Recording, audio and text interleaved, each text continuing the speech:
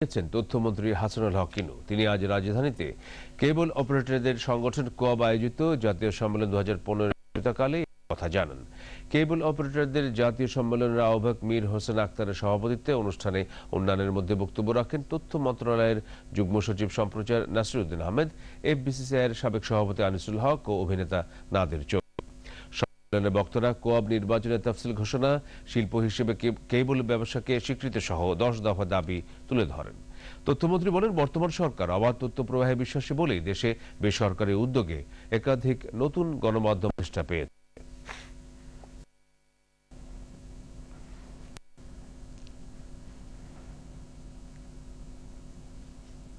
আমরা সমালোচনা শুনব, পরামর্শ শুনব, বিচ্যুতি ধরিয়ে সংশোধন করব। এই ব্যাপারে আপনাদের পূর্ণ স্বাধীনতা, কিন্তু দেশটাকে আগুন দিয়ে পুড়িয়ে দিবেন সেই স্বাধীনতা দিব না। সুতরাং অবাধ তথ্য প্রবাহে শেখ হাসিনার সরকার কোনো বাধা দেবে না, আটকাবো না। আমরা অবশ্যই আটকাবো, শাস্তি দেব। এই ব্যাপারে কোনো আপোষ নাই।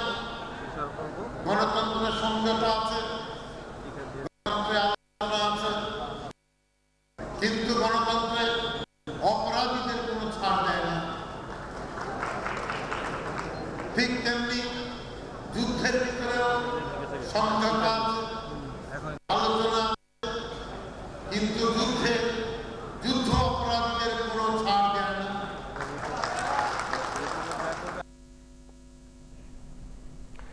কৃষিমন্ত্রী বেগম মতিয়া চৌধুরী